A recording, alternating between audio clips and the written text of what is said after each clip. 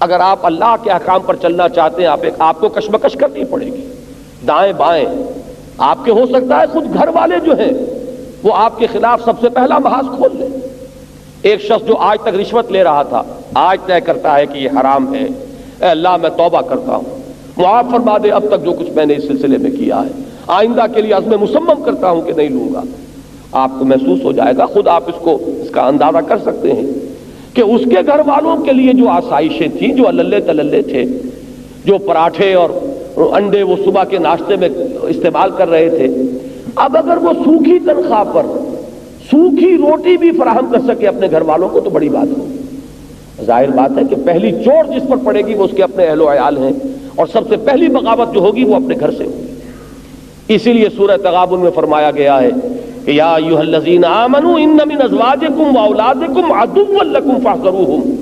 اے ایمان والو تمہاری بیویوں اور تمہارے اہل و عیال میں سے تمہارے دشمن ہیں، ان سے بچ کر رہو۔ ان کی محبت ہی تو ہے جو تمہیں حرام خوری پر آمادہ کرتی ہے۔ ان کو اچھے سے اچھا کھلانا اور اچھے سے اچھا پہنانا، ان کے لیے اعلیٰ سے اعلیٰ تعلیم کا بندوبست کر دینا، اگر جائز ذرائع سے نہیں ہو رہا تو ناجائز ذرائع میں انسان ہاتھ مارتا ہے۔ یہ در حقیقت عداوت ہے، محبت نہیں ہے، اس لیے کہ تم اپنی عاقبت برباد کر رہے ہو۔ ان کی محبت جو ہے وہ تمہارے لیے تباہی کا پیغام بن گئی ہے، لہذا وہ تمہارے دشمن ہیں، بچ کر رہو۔